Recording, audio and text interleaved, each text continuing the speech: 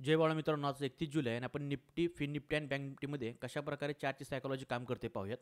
आता बघितलं आपण फक्त जर कालच्या 30 जुलैच्या चार्टचा विचार केला, निफ्टी 50 चार्ट आहे. तर मार्केटनं ओपन झाल्या एक सेलिंग साईडला मार्केट गेलं होतं. ठीक आहे, ओके.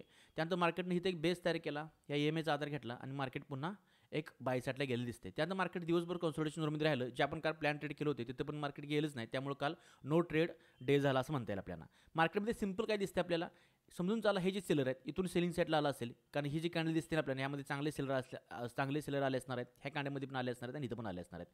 त्यानंतर मार्केटनं बाय साईडला गेलं. फक्त इतकंच इथं आहे की हे जे सेलर असतील ह्यांचे स्टॉप लॉस वगैरे गेले असतील, पण हे सेलर आणि हे सेलर आहेत ना, ह्यांचे स्टॉप लॉस ह्या लेवलच्या वरतीच देणार. म्हणजे 25,000ची जी लेवल आहे ना, त्या 25,000च्या लेवलच्या आसपास हे वाट पाहणार बरं का, जर स्ट्रॉंग सेलर असतील तर.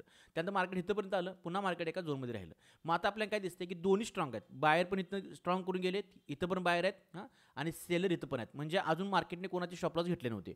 मग मार्केटचं ओपनिंग ठरणार होतं की कोणाला काय करणार आहे. मग मार्केटने काय केलं, मार्केटने खूप मोठा गॅप डाऊन दिला. आता फक्त विचार करा, तुम्ही सेल साईडला इथं बसलाय, तुम्ही सेल साईडला इथं बसलाय आणि इतकं मोठं गॅप डाऊन बघितल्यानंतर काय होणार आहे, तुम्हाला इतकं प्रॉफिट दिसणार आहे, कळायचं मग होणार आहे की म्हणजे काय म्हणतात हरकून टूम होणार आहे आपण. आणि कोकरात कसं उड्या मारतं तसं कोकरात आपण उड्या मारणार आहे. त्यामुळं गॅप डाऊन दिसल्या सेलर आहेत, ह्यांचं प्रचंड प्रॉफिट होतो. बाहेर की नामो निशान मिट गे, बाहेरचे काहीच नाही राहिलं. आता काय राहिलं, इतकं मोठं गॅप डाऊन आहे की त्यांचा स्टॉप लॉस सुद्धा म्हणजे स्लिपेजमुळे स्टॉप लॉसच्या पण खाली कार्यक्रम झाला असणार आहे. अकाउंट सगळी उडले असणार आहेत बऱ्यापैकी रिटेलरचे. मग इथं झाल्या काय होणार, सिम्पल लॉजिक लावा. गॅप डाऊन झालं, बाहेरचे स्टॉप लॉस नाहीत, मार्केटला स्टॉप लॉस खायला काय नाही. इतके मोठे सेलर आहेत, त्यांना इतकं मोठं प्रॉफिट दिसतं. यातले बरेच जे स्ट्रॉंग सेलर असणार आहेत ना, ते अजून आपली पोझिशन होल्ड करणार. पण जे त्यांना पटकन प्रॉफिट येऊन बाहेर पडायचं आहे ते प्रॉफिटच बुक करणार. आणि तुम्ही बघू शकता गॅप डाऊन झाल्या इथं मार्केटनं ग्रीन कॅन्डल व्हायला सुरुवात झाली. का झाली ह्याच्या पाठीमागं सिंपल लॉजिक आहे की मार्केटनं प्रॉफिट बुकिंग केलं, त्यामुळे ग्रीन कॅन्डल झाल्या. आणि मार्केट होता क्षणी आपल्या लक्षात आलं पाहिजे होतं की इथं ग्रीन कॅन्डल होणार. बरं ठीक आहे, त्यानंतर 15 मिनिट आपण जरा वाट बघितली, मार्केटला सेट होऊन दिलं.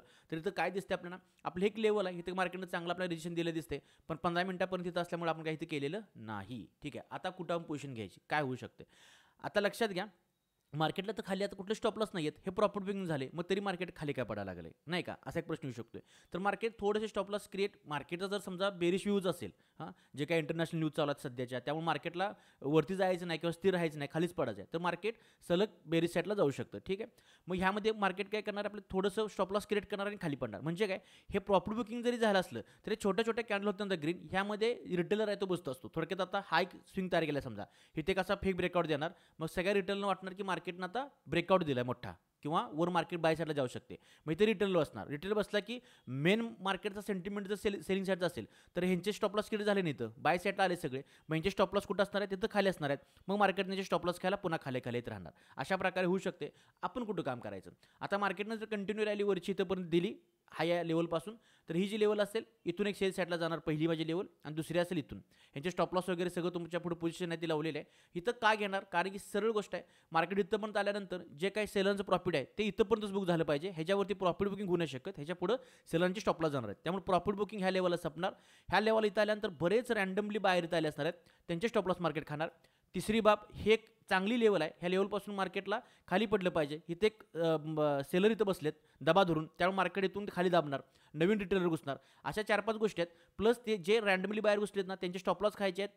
जे सेलर आहेत त्यांना त्यांचं प्रॉफिट बुकिंग करायचं आहे. आणि ह्याच्यावरती हे जे स्ट्रॉंग सेलर आहेत त्यांना ह्याच्यावरती मार्केट लिहून द्यायचं नाही, कारण ह्याच्यावरती आले तर त्यांचा कार्यक्रम होणार आहे. अशी 5-6 मला कारण स्ट्रॉंग दिसतात, त्यामुळे इथून मार्केटला आपण सेलसाठी जाऊ शकतो. आणि इथं जर आपला एसएल गेला तर लास्ट ट्रेड असेल आजचा इथं हा हां, ठीक आहे, तर स्टॉप लॉस इथं असेल आणि तुम्हाला हे दोन्हीपैकी एक वर्क झालेला दिसेल. आणि काय असेल ते असेल, जर स्टॉप लॉस आला तरी आपण घ्यायला तयार आहे, टेक प्रॉफिट आलं तरी घ्यायला तयार आहे.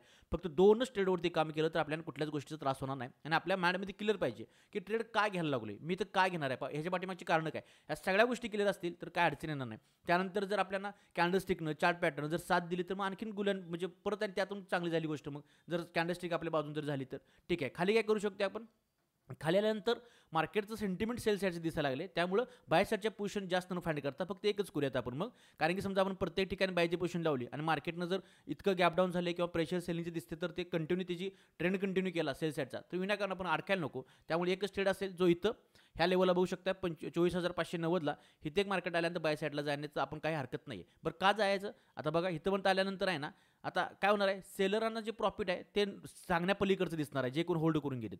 बाकी रँडमली जे सेलर करून गेलेत त्यांना पण चांगलं प्रॉफिट दिसतंय. पण एक अशी लेवल आली की प्रॉफिट बुकिंग कुठून झालं पाहिजे, मार्केट रॉकेटसारखं सरळ खाली किंवा वर जाऊ शकत नाही, किमान प्रॉफिट बुकिंग आलं पाहिजे.